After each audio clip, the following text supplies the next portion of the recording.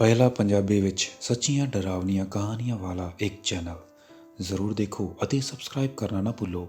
ਤੁਹਾਡੇ ਭਰਾ ਨੂੰ ਤੁਹਾਡੇ ਸਹਿਯੋਗ ਦੀ ਲੋੜ ਹੈ। ਹੌਰਰ ਸਟੋਰੀਜ਼ ਇਨ ਪੰਜਾਬੀ YouTube ਚੈਨਲ ਨੂੰ ਦਿਲ ਖੋਲ ਕੇ ਸਬਸਕ੍ਰਾਈਬ ਕਰੋ। ਦੋਸਤੋ, ਇਸ ਕਹਾਣੀ ਦਾ ਸਹੀ ਮਜ਼ਾ ਲੈਣ ਲਈ ਹੈੱਡਫੋਨਸ ਜ਼ਰੂਰ ਲਗਾਓ। ਇਹ ਸੱਚੀ ਘਟਨਾ ਹੈ ਜਿਸ ਨੂੰ ਆਪਣੀ ਅੱਖਾਂ ਦੇ ਸਾਹਮਣੇ ਘਟਦਾ ਹੋਇਆ ਮਹਿਸੂਸ ਕਰੋ। ਤਾਂ ਫਿਰ ਦੇਰੀ ਨਾ ਕਰਦੇ ਹੋਏ ਸ਼ੁਰੂ ਕਰਦੇ ਹਾਂ ਇਸ ਕਹਾਣੀ ਨੂੰ।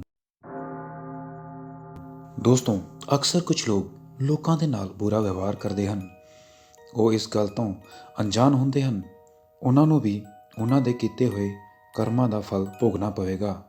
ਅੱਜ ਦੀ ਕਹਾਣੀ ਐਸੀ ਹੀ ਇੱਕ ਘਟਨਾ ਦੀ ਹੈ ਜਿਸ ਤੋਂ ਸਾਨੂੰ ਪਤਾ ਚੱਲੇਗਾ ਕਿ ਕਿਸੇ ਦੇ ਨਾਲ ਬੁਰਾ ਨਹੀਂ ਕਰਨਾ ਚਾਹੀਦਾ, ਵਰਨਾ ਸਾਡੇ ਨਾਲ ਵੀ ਬੁਰਾ ਹੋ ਸਕਦਾ ਹੈ।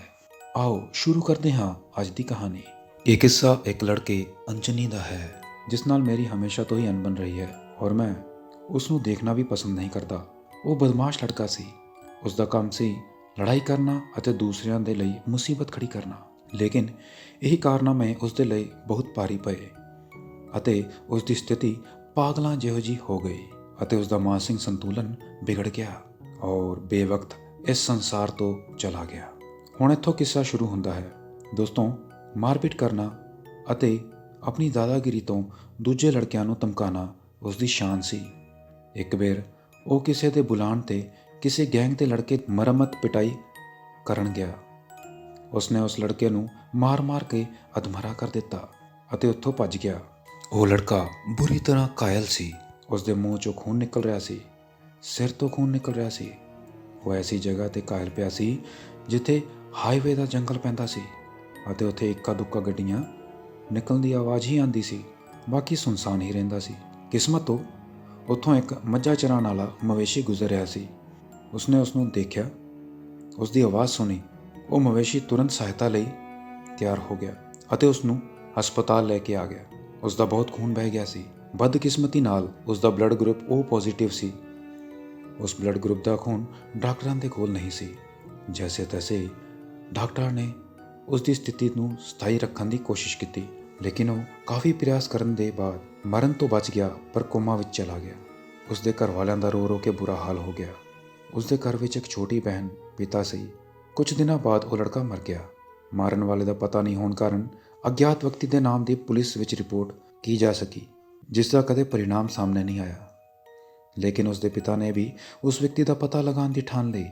ਦੋਸਤੋ, ਕਿੱਸੇ ਦੇ ਇਸ ਮੋੜ 'ਤੇ ਰੁਕ ਕੇ ਮੈਂ ਤੁਹਾਨੂੰ ਦੱਸਦਾ ਹਾਂ। ਉਸ ਲੜਕੇ ਦੇ ਪਿਤਾ ਨੇ ਆਪਣੇ ਗੁਰੂ ਤੋਂ ਕੁਝ ਮੰਤਰਾਂ ਦੀ ਸਾਧਨਾਵਾਂ ਸਿੱਧ ਕੀਤੀਆਂ ਸੀ। ਉਹ ਗੁਰੂ ਦੇ ਆਦੇਸ਼ ਅਨੁਸਾਰ ਉਸ ਦਾ ਉਪਯੋਗ ਗੁਪਤ ਰੂਪ ਵਿੱਚ ਲੋਕਾਂ ਦੀ ਭਲਾਈ ਕਰਨ ਲਈ ਕਰਦਾ ਸੀ ਅਤੇ ਇਸ ਚੀਜ਼ ਦਾ ਪਤਾ ਨਾ ਤਾਂ ਉਸ ਦੀ ਪਤਨੀ ਨੂੰ ਸੀ ਜੋ ਕਿ ਮਰ ਚੁੱਕੀ ਸੀ ਅਤੇ ਨਾ ਹੀ ਉਸ ਦੇ ਬੇਟੀ ਤੇ ਬੇਟੇ ਨੂੰ ਸੀ। ਇਹ ਮੰਤਰਾਂ ਵਿੱਚ ਇਤਨੀ ਤਾਕਤ ਸੀ ਕਿ ਜਿੰਨੇ ਵਿਸ਼ਵਾਸ ਅਤੇ ਇਕਾਗਰਤਾ ਨਾਲ ਇਸ ਦਾ ਉਪਯੋਗ ਕੀਤਾ ਜਾਵੇ, ਉਨੇ ਹੀ ਦੂਰ ਤੱਕ ਇਸ ਦੇ ਘਾਤਕ ਪਰਿਣਾਮ ਦੇਖਣ ਨੂੰ ਮਿਲਦੇ ਸੀ। ਇਹ ਮੰਤਰ ਸਹੀ ਇਸਤੇਮਾਲ ਕਰਨ 'ਤੇ 100 ਯੋਜਨ ਦੂਰ ਤੱਕ ਵੀ ਕੰਮ ਕਰਦੇ ਸੀ। ਇੱਥੇ ਇੱਕ ਯੋਜਨ ਦੂਰੀ ਤੋਂ ਮਤਲਬ ਹੈ 13 ਤੋਂ 16 ਕਿਲੋਮੀਟਰ ਦੇ ਵਿੱਚ ਦੀ ਦੂਰੀ। ਲੇਕਿਨ ਗੁਰੂ ਦੇ ਆਦੇਸ਼ ਅਨੁਸਾਰ ਉਸਨੇ ਉਹਨਾਂ ਸ਼ਕਤੀਆਂ ਦਾ ਕਦੇ ਵੀ ਜ਼ਗ ਜ਼ਾਹਿਰ ਨਹੀਂ ਹੋਣ ਦਿੱਤਾ ਅਤੇ ਚੁੱਪਚਾਪ ਦੂਸਰਿਆਂ ਦੀ ਸਮੱਸਿਆਵਾਂ ਸੁਣ ਕੇ ਜਦ ਵੀ ਉਸ ਨੂੰ ਮੌਕਾ ਮਿਲਦਾ ਇਕਾਂਤ ਵਿੱਚ ਬੈਠ ਕੇ ਇਹਨਾਂ ਮੰਤਰਾਂ ਦੀ ਸਹਾਇਤਾ ਨਾਲ ਉਹਨਾਂ ਦੇ ਦੁੱਖ ਦੂਰ ਕਰਦਾ ਸੀ। ਲੇਕਿਨ ਆਪਣੇ ਇਕਲੌਤੇ ਬੇਟੇ ਦੀ ਮ੍ਰਿਤਿੂ ਤੋਂ ਉਹ ਇੰਨਾ ਆਹਤ ਹੋ ਗਿਆ ਸੀ ਕਿ ਉਸਨੇ ਉਸ ਵਿਅਕਤੀ ਨੂੰ ਆਪਣੀ ਸ਼ਕਤੀ ਤੋਂ ਬਰਬਾਦ ਕਰਨ ਦੀ ਠਾਣ ਲਈ। ਉਸਨੇ ਸੰਸਕ੍ਰਿਤ ਵਿੱਚ ਇੱਕ ਕਾਗਜ਼ ਦੀ ਪਰਚੀ ਉੱਤੇ ਇੱਕ ਮੰਤਰ ਲਿਖਿਆ ਅਤੇ ਮੋਮਬੱਤੀ ਦੀ ਲੋਅ 'ਤੇ 21 ਵਾਰ ਘੁਮਾਉਂਦੇ ਹੋਏ ਮੰਤਰ ਪੜ੍ਹਦਾ ਰਿਹਾ। ਫਿਰ ਉਸ ਨੂੰ ਹਲਕੇ ਰੂਪ ਵਿੱਚ ਜਲਾ ਕੇ ਰਾਖ ਕਰ ਦਿੱਤਾ ਅਤੇ ਦੋਨਾਂ ਹੱਥਾਂ ਨਾਲ ਮਸਲ ਦਿੱਤਾ। ਫਿਰ ਆਪਣੀ ਹਥੇਲੀ ਵਿੱਚ ਦੇਖਿਆ ਤਾਂ ਉਸ ਨੂੰ ਵਿਅਕਤੀ ਦਾ ਨਾਮ ਪਤਾ ਚੱਲ ਗਿਆ ਜਿਸ ਨੇ ਉਸ ਦੇ ਬੇਟੇ ਦੀ ਹੱਤਿਆ ਕੀਤੀ ਸੀ। ਹੁਣ ਉਸਨੇ ਆਪਣੇ ਗੁਰੂ ਤੋਂ ਇਹ ਸਭ ਕਾਰਜ ਕਰਨ ਦੀ ਇਜਾਜ਼ਤ ਮੰਗੀ, ਪਰੰਤੂ ਗੁਰੂ ਨੇ ਇਸ ਕਾਰਜ ਦੀ ਸਵੀਕ੍ਰਿਤੀ ਨਹੀਂ ਦਿੱਤੀ। ਲੇਕਿਨ ਉਸ ਵਿਅਕਤੀ ਨੇ ਆਪਣੇ ਗੁਰੂ ਦੀ ਨਿਸਵਾਰਥ ਸੇਵਾ ਕੀਤੀ ਸੀ। ਉਸ ਦੇ ਇਕਲੌਤੇ ਪੁੱਤਰ ਦੇ ਇਲਾਵਾ ਹੁਣ ਉਸ ਦੇ ਜੀਵਨ ਦੇ ਵਿੱਚ ਕੁਝ ਵੀ ਬਚਿਆ ਨਹੀਂ ਸੀ ਅਤੇ ਉਹ ਉਸ ਨੂੰ ਦੰਡ ਦੇਣਾ ਚਾਹੁੰਦਾ ਸੀ। ਉਸਨੇ ਆਪਣੇ ਗੁਰੂ ਤੋਂ ਸੇਵਾ ਦੇ ਬਦਲੇ ਕਦੇ ਵੀ ਕੁਝ ਨਹੀਂ ਮੰਗਿਆ, ਬਸ ਇਹੀ ਇੱਕ ਇੱਛਾ ਜ਼ਾਹਿਰ ਕੀਤੀ। ਤਦ ਕਿਤੇ ਜਾ ਕੇ ਉਸ ਨੂੰ ਇਸ ਕਾਰਜ ਦੀ ਸਵੀਕ੍ਰਿਤੀ ਦਿੱਤੀ ਪਰੰਤੂ ਉਸ ਦੇ ਗੁਰੂ ਨੇ ਨਾਲ ਹੀ ਇਹ ਵੀ ਕਿਹਾ ਕਿ ਇਹ ਸ਼ਕਤੀਆਂ ਮਾਨਵ ਕਲਿਆਣ ਦੇ ਲਈ ਹੈ। ਦੁਰਉਪਯੋਗ ਹੋਣ 'ਤੇ ਤੁਹਾਡੀ ਮ੍ਰਿਤੂ ਵੀ ਹੋ ਸਕਦੀ ਹੈ, ਕਿਉਂਕਿ ਜਿਸ ਵਿਅਕਤੀ 'ਤੇ ਤੁਸੀਂ ਇਸ ਦਾ ਪ੍ਰਯੋਗ ਕਰੋਗੇ, ਅਗਰ ਉਹ ਇਸ ਦੁਨੀਆ ਵਿੱਚ ਨਹੀਂ ਹੈ ਤਾਂ ਇਹੀ ਮੰਤਰ ਤੁਹਾਡੇ ਪਾਸ ਲੌਟ ਕੇ ਵਾਪਸ ਆਵੇਗਾ। ਫਿਰ ਤੁਹਾਡੀ ਮ੍ਰਿਤੂ ਨੂੰ ਮੈਂ ਵੀ ਨਹੀਂ ਬਚਾ ਸਕਦਾ। ਉਸ ਵਿਅਕਤੀ ਨੇ ਗੁਰੂ ਦੀ ਗੱਲ ਸਹਿਜ ਸਵੀਕਾਰ ਕੀਤੀ ਅਤੇ ਮੰਤਰ ਦਾ ਪ੍ਰਯੋਗ ਕਰ ਦਿੱਤਾ। ਐਸਾ ਕਰਦੇ ਹੀ ਉਸ ਲੜਕੇ ਉਰਫ ਅੰਜਨੀ ਦੇ ਮੁਖ ਵਿੱਚੋਂ ਖੂਨ ਨਿਕਲਣਾ ਸ਼ੁਰੂ ਹੋ ਗਿਆ। ਮੂੰਹ 'ਚੋਂ ਝੱਗ ਆਉਣ ਲੱਗੀ ਅਤੇ ਇੱਧਰ ਉੱਧਰ ਪਲਟੀ ਖਾਣ ਲੱਗ ਪਿਆ। ਉਸ ਨੂੰ ਹਸਪਤਾਲ ਲੈ ਗਏ। ਬੜੀ ਮੁਸ਼ਕਿਲ ਦੀ ਸਥਿਤੀ ਦੇ ਵਿੱਚ ਡਾਕਟਰਾਂ ਨੇ ਉਸ ਨੂੰ ਕਾਬੂ ਕੀਤਾ, ਲੇਕਿਨ ਇਹ ਤਾਂ ਕੇਵਲ ਸ਼ੁਰੂਆਤ ਸੀ। ਇਸ ਮੰਤਰ ਨੂੰ 7 ਦਿਨਾਂ ਤੱਕ ਕਰਨਾ ਹੁੰਦਾ ਹੈ। ਜੈਸੇ ਜੈਸੇ ਮੰਤਰ ਦੇ ਦਿਨ बढ़ते ਹੈ, ਵੈਸੇ ਵੈਸੇ ਵਿਅਕਤੀ ਕਾਲ ਦੇ ਮੂੰਹ ਵਿੱਚ ਜਾਂਦਾ ਰਹਿੰਦਾ ਹੈ। ਉਸ ਦੀ ਮਾਨਸਿਕ ਸਥਿਤੀ ਵਿਗੜਦੀ ਗਈ ਅਤੇ ਉਹ ਪਾਗਲ ਹੋ ਗਿਆ। ਕਦੇ ਉਹ ਦੂਸਰਿਆਂ ਨੂੰ ਮਾਰਨ ਦੌੜਦਾ ਤਾਂ ਕਦੇ ਦੀਵਾਰਾਂ 'ਤੇ ਆਪਣਾ ਸਿਰ ਟਕਰਾਉਂਦਾ ਅਤੇ ਆਖਿਰ ਵਿੱਚ ਮੰਤਰ ਦਾ 7ਵਾਂ ਦਿਨ ਸਮਾਪਤ ਹੋਣ ਨੂੰ ਆਇਆ। ਤਦ ਕਰੀਬ ਸ਼ਾਮ ਦੇ ਸਮੇਂ ਦੀ ਹੀ ਘਟਨਾ ਹੈ, ਜਦ ਇਸੇ ਤਰ੍ਹਾਂ ਪਾਗਲਾਂ ਜਿਹੀ ਹਰਕਤਾਂ ਕਰ ਰਿਹਾ ਸੀ ਅਤੇ ਆਪਣੀ ਮਾਂ ਦੀ ਤਰਫ ਵੜ ਰਿਹਾ ਸੀ। ਉਸੇ ਵੇਲੇ ਅਚਾਨਕ ਤੋਂ ਉਹ ਜ਼ਮੀਨ ਤੋਂ 3 ਇੰਚ ਉੱਪਰ ਉੱਠ ਗਿਆ ਅਤੇ ਦਾएं ਅਤੇ ਬਾएं ਦੀ ਤਰਫ 3 ਵਾਰ ਗੋਲ-ਗੋਲ ਘੁੰਮਿਆ ਔਰ ਉਸ ਦੀ ਗਰਦਨ ਝਟਕੇ ਦੇ ਨਾਲ ਬਾਈਂ ओर ਮੁੜ ਗਈ। ਐਸਾ ਲੱਗਿਆ ਜਿਵੇਂ ਉਸ ਦੀ ਗਰਦਨ ਕਿਸੇ ਨੇ ਝਟਕਾ ਦਿੱਤੀ ਹੋਵੇ।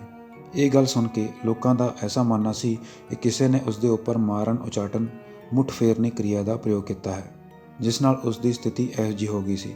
ਅੰਜਨੀ ਦੇ ਸਾਥੀਆਂ ਨੂੰ ਇਸ ਗੱਲ ਦਾ ਪਤਾ ਸੀ ਕਿ ਉਸਨੇ ਉਸ ਲੜਕੇ ਨੂੰ ਮਾਰਿਆ ਹੈ, ਇਸ ਲਈ ਉਹ ਚੁੱਪ ਹੀ ਰਹੇ। ਉਹਨਾਂ ਨੂੰ ਡਰ ਸਤਾਉਣ ਲੱਗਾ ਕਿ ਉਹਨਾਂ ਦਾ ਨਾਮ ਸਾਹਮਣੇ ਨਾ ਆ ਜਾਵੇ ਤਾਂ ਉਹਨਾਂ ਦੀ ਵੀ ਇਹੋ ਜਿਹੀ ਹਾਲਤ ਹੋਵੇਗੀ। ਇਸ ਘਟਨਾ ਤੋਂ ਇਹ ਗੱਲ ਤਾਂ ਸਹੀ ਹੈ, ਜੋ ਵਿਅਕਤੀ ਬਿਨਾਂ ਵਜ੍ਹਾ ਤਾਕਤ ਦਾ ਗਲਤ ਇਸਤੇਮਾਲ ਕਰਦਾ ਹੈ ਦੂਸਰਿਆਂ ਨੂੰ ਸਤਾਉਣ ਦੇ ਵਾਸਤੇ, ਤਾਂ ਉਸ ਨਾਲ ਵੀ ਜੀਵਨ ਵਿੱਚ ਕਦੇ ਨਾ ਕਦੇ ਇਹੋ ਜਿਹੀ ਘਟਨਾ ਵਾਪਰਦੀ ਹੈ ਅਤੇ ਉਹਨੂੰ ਵੀ ਸਜ਼ਾ ਭੁਗਤਣੀ ਪੈਂਦੀ ਹੈ। ਇਸੇ ਦੇ ਨਾਲ ਇਹ ਕਹਾਣੀ ਸਮਾਪਤ ਹੁੰਦੀ ਹੈ ਅਤੇ ਸਾਡੀ ਅਗਲੀ ਕਹਾਣੀ ਅੰਕਿਤਾ ਸ਼ਰਮਾ ਨੇ ਦਿੱਲੀ ਵਿੱਚੋਂ ਭੇਜੀ ਹੈ। ਆਓ ਸੁਣਦੇ ਹਾਂ ਅੰਕਿਤਾ ਸ਼ਰਮਾ ਜੀ ਦੀ ਕਹਾਣੀ ਉਹਨਾਂ ਦੇ ਨਜ਼ਰੀਏ ਨਾਲ। ਹੈਲੋ ਫਰੈਂਡਸ, ਮੇਰਾ ਨਾਮ ਅੰਕਿਤਾ ਸ਼ਰਮਾ ਹੈ। ਮੈਂ ਦਿੱਲੀ ਦੇ ਆਨੰਦ ਵਿਹਾਰ ਦੀ ਰਹਿਣ ਵਾਲੀ ਹਾਂ। ਮੈਂ ਪੇਸ਼ੇ ਤੋਂ ਵਕੀਲ ਹਾਂ। ਮੇਰੇ ਪਤੀ ਇੱਕ IT ਕੰਪਨੀ ਵਿੱਚ ਮੈਨੇਜਰ ਹੈ। ਮੇਰੇ ਨਾਲ ਜੋ ਘਟਨਾ ਹੋਈ ਹੈ ਉਹ ਮੈਂ ਤੁਹਾਨੂੰ ਇਸ ਕਹਾਣੀ ਦੇ ਮਾਧਿਅਮ ਤੋਂ ਦੱਸਣਾ ਚਾਹੁੰਦੀ ਹਾਂ। ਇਹ ਘਟਨਾ ਉਸ ਵੇਲੇ ਦੀ ਹੈ ਜਦ ਮੈਂ 26 ਸਾਲ ਦੀ ਸੀ ਅਤੇ 7 ਮਹੀਨੇ ਦੀ ਪ੍ਰੈਗਨੈਂਟ ਸੀ। ਆਪਣੇ ਬੇਬੀ ਦਾ ਖਿਆਲ ਰੱਖਣ ਲਈ ਛੁੱਟੀਆਂ 'ਤੇ ਸੀ। ਇਸ ਰਾਤ ਮੇਰੇ ਪਤੀ ਜਦ ਸ਼ਾਮ ਨੂੰ ਆਫਿਸ ਤੋਂ ਲੌਟੇ ਤਾਂ ਅਸੀਂ ਪਾਰਕ ਵਿੱਚ ਟਹਿਲਣ ਦਾ ਪ੍ਰੋਗਰਾਮ ਬਣਾਇਆ। ਰਾਤ ਦੇ 9 ਵਜ ਰਹੇ ਸੀ ਅਤੇ ਅਸੀਂ ਆਪਣੀ ਕਾਰ ਤੋਂ ਉੱਥੇ ਪਹੁੰਚੇ ਤਾਂ ਕਿ ਰਾਤ ਨੂੰ ਵਾਪਸ ਆਉਂਦੇ ਵਕਤ ਦਿੱਕਤ ਨਾ ਹੋਵੇ। ਉੱਥੇ ਅਸੀਂ ਦੇਖਿਆ ਕਿ ਲੋਕ ਬਾਗ ਵਿੱਚ ਟਹਿਲ ਰਹੇ ਸੀ। ਅਸੀਂ ਵੀ ਅੱਧਾ ਘੰਟੇ ਉੱਥੇ ਚਹਿਲਕਦਮੀ ਕੀਤੀ। ਫਿਰ ਜਦ ਥੱਕ ਗਏ ਤਾਂ ਵਾਪਸ ਚੱਲਣ ਦਾ ਨਿਰਣੇ ਕੀਤਾ। ਮੇਰੇ ਪਤੀ ਡਰਾਈਵਰ ਸੀਟ ਅਤੇ ਜਿਵੇਂ ਹੀ ਮੈਂ ਕਾਰ ਦਾ ਗੇਟ ਓਪਨ ਕੀਤਾ ਤਾਂ ਇੱਕ ਬੁੱਢੀ ਔਰਤ ਮੇਰੇ ਡਰੈਸ ਨੂੰ ਖਿੱਚਣ ਲੱਗੀ। ਮੈਂ ਇਸ ਨੂੰ ਨਾਰਮਲ ਗੱਲ ਸਮਝ ਕੇ ਉਸ ਨੂੰ ਬਿਨਾਂ ਪੈਸੇ ਦਿੱਤੇ ਕਾਰ ਵਿੱਚ ਬੈਠ ਗਈ। ਸਾਡੀ ਕਾਰ 5 ਮਿੰਟ ਚੱਲੀ ਹੀ ਸੀ ਕਿ ਜਦ ਸਾਡੀ ਗੱਡੀ ਲਾਲ ਬੱਤੀ 'ਤੇ ਰੁਕੀ ਤਾਂ ਫਿਰ ਉਹੀ ਬੁੱਢੀ ਔਰਤ ਸਾਹਮਣੇ ਦਿਖਾਈ ਦਿੱਤੀ। ਮੈਂ ਇਸ 'ਤੇ ਜ਼ਿਆਦਾ ਧਿਆਨ ਨਹੀਂ ਦਿੱਤਾ ਅਤੇ ਅਸੀਂ ਘਰ ਪਹੁੰਚ ਗਏ। ਅਗਲੀ ਰਾਤ ਜਦ ਮੇਰੇ ਪਤੀ ਕਿਸੇ ਬਿਜ਼ਨਸ ਵਰਕ ਦੇ ਲਈ ਸ਼ਹਿਰ ਤੋਂ ਬਾਹਰ ਗਏ ਹੋਏ ਸੀ ਅਤੇ ਮੈਂ ਘਰ ਵਿੱਚ ਇਕੱਲੀ ਸੀ ਤਾਂ ਰਾਤ ਨੂੰ 2 ਵਜੇ ਦੇ ਕਰੀਬ ਜਦ ਮੇਰੀ ਨੀਂਦ ਖੁੱਲ੍ਹੀ ਤਾਂ ਮੈਂ ਦੇਖਿਆ ਅਤੇ ਮੇਰੀ ਰੂਹ ਕਾਂਪ ਗਈ ਤੇ ਅੱਖਾਂ 'ਤੇ ਵਿਸ਼ਵਾਸ ਨਹੀਂ ਹੋਇਆ। ਮੈਂ ਦੇਖਿਆ ਕਿ ਉਹੀ ਬੁੱਢੀ ਔਰਤ ਮੇਰੇ ਪਲੰਗ ਦੇ ਬਗਲ 'ਤੇ ਬੈਠੀ ਹੋਈ ਸੀ ਅਤੇ ਕਹਿ ਰਹੀ ਸੀ, ਮੇਰੇ ਕਰੀਬ ਆਓ। ਇੱਕ ਵਾਰ ਤਾਂ ਮੈਂ ਸੋਚਿਆ ਕਿ ਸ਼ਾਇਦ ਮੈਂ ਸੁਪਨਾ ਦੇਖ ਰਹੀ ਹਾਂ, ਲੇਕਿਨ ਜਦ ਮੈਂ ਆਪਣੀ ਅੱਖਾਂ ਬੰਦ ਕਰ ਵਾਪਸ ਖੋਲ੍ਹੀ ਤਦ ਵੀ ਉਹ ਖੜੀ ਸੀ। ਮੇਰੇ ਦਿਲ ਦੀ ਧੜਕਣਾਂ ਵੱਧ ਗਈਆਂ ਅਤੇ ਮੈਂ ਸੋਚ ਕੇ ਹੀ ਘਬਰਾ ਗਈ ਕਿਤੇ ਇਹ ਔਰਤ ਮੇਰੇ ਬੱਚੇ ਨੂੰ ਨੁਕਸਾਨ ਨਾ ਪਹੁੰਚਾਏ। ਮੈਂ ਘਰ ਦੇ ਦਰਵਾਜ਼ੇ ਦੀ ओर ਵਧੀ ਅਤੇ ਬਾਹਰ ਨਿਕਲ ਕੇ ਪੜੋਸੀਆਂ ਦਾ ਦਰਵਾਜ਼ਾ ਖਟਖਟਾਇਆ। ਮੈਂ ਪੂਰੀ ਤਰ੍ਹਾਂ ਤੋਂ ਡਰ ਗਈ ਸੀ, ਲੇਕਿਨ ਮੈਂ ਪੜੋਸੀਆਂ ਨੂੰ ਕੁਝ ਨਹੀਂ ਦੱਸਿਆ ਤਾਂ ਕਿ ਉਹ ਮੈਨੂੰ ਪਾਗਲ ਨਾ ਸਮਝਣ। ਮੈਂ ਤੁਰੰਤ ਆਪਣੇ ਪਤੀ ਨੂੰ ਫੋਨ ਕੀਤਾ ਅਤੇ ਉਸੇ ਵਕਤ ਉਹ ਸਵੇਰ 5 ਵਜੇ ਤੱਕ ਗੱਡੀ ਨਾਲ ਘਰ ਆ ਗਏ। ਮੈਂ ਉਹਨਾਂ ਨੂੰ ਸਾਰੀ ਘਟਨਾ ਦੱਸੀ। ਜਦੋਂ ਇਹ ਗੱਲ ਮੇਰੇ ਮਾਂ ਨੂੰ ਪਤਾ ਚੱਲੀ ਤਾਂ ਉਹ ਤੁਰੰਤ ਮੇਰੇ ਘਰ ਆ ਗਈ ਅਤੇ ਉਹਨਾਂ ਨੇ ਘਰ ਵਿੱਚ ਇੱਕ ਛੋਟੀ ਜਿਹੀ ਪੂਜਾ ਕਰਵਾਈ ਤਾਂ ਕਿ ਉਹ ਬੁੱਢੀ ਔਰਤ ਦੁਬਾਰਾ ਨਾ ਦਿਖੇ। ਇਸ ਪੂਜਾ ਦੇ ਬਾਅਦ ਮੈਂ ਕਦੇ ਵੀ ਉਸ ਬੁੱਢੀ ਔਰਤ ਨੂੰ ਨਹੀਂ ਦੇਖਿਆ। ਤਾਂ ਇਸ ਤਰ੍ਹਾਂ ਫਰੈਂਡਸ, ਮੇਰੀ ਮਾਂ ਦੀ ਸਲਾਹ ਨਾਲ ਮੈਂ ਅਤੇ ਮੇਰੀ ਬੱਚੀ ਸੁਰੱਖਿਅਤ ਹਾਂ। ਦੋਸਤੋ, ਅਕਸਰ ਐਸਾ ਹੁੰਦਾ ਹੈ ਕਿ ਗਰਭ ਅਵਸਥਾ ਦੇ ਦੌਰਾਨ ਤੁਹਾਨੂੰ ਕੁਝ ਵਿਸ਼ੇਸ਼ ਜਗ੍ਹਾਵਾਂ ਦਾ ਧਿਆਨ ਰੱਖਣਾ ਚਾਹੀਦਾ ਹੈ। ਜਿੱਥੋਂ ਕੁਝ ਅਣਚਾਹੀ ਰੂਹਾਂ ਅਕਸਰ ਸਾਡੇ ਨਾਲ ਲੱਗ ਸਕਦੀਆਂ ਹਨ। ਤਾਂ ਤੁਹਾਨੂੰ ਇਹ ਕਹਾਣੀ ਕੈਸੀ ਲੱਗੀ? ਜੇਕਰ ਤੁਸੀਂ ਸਾਡੀ ਨਵੀਂ ਡਰਾਉਣੀ ਕਹਾਣੀ ਸੁਣਨਾ ਚਾਹੁੰਦੇ ਹੋ ਤਾਂ ਸਾਹਮਣੇ ਨਜ਼ਰ ਆ ਰਹੀ ਵੀਡੀਓ ਤੇ ਕਲਿੱਕ ਕਰੋ।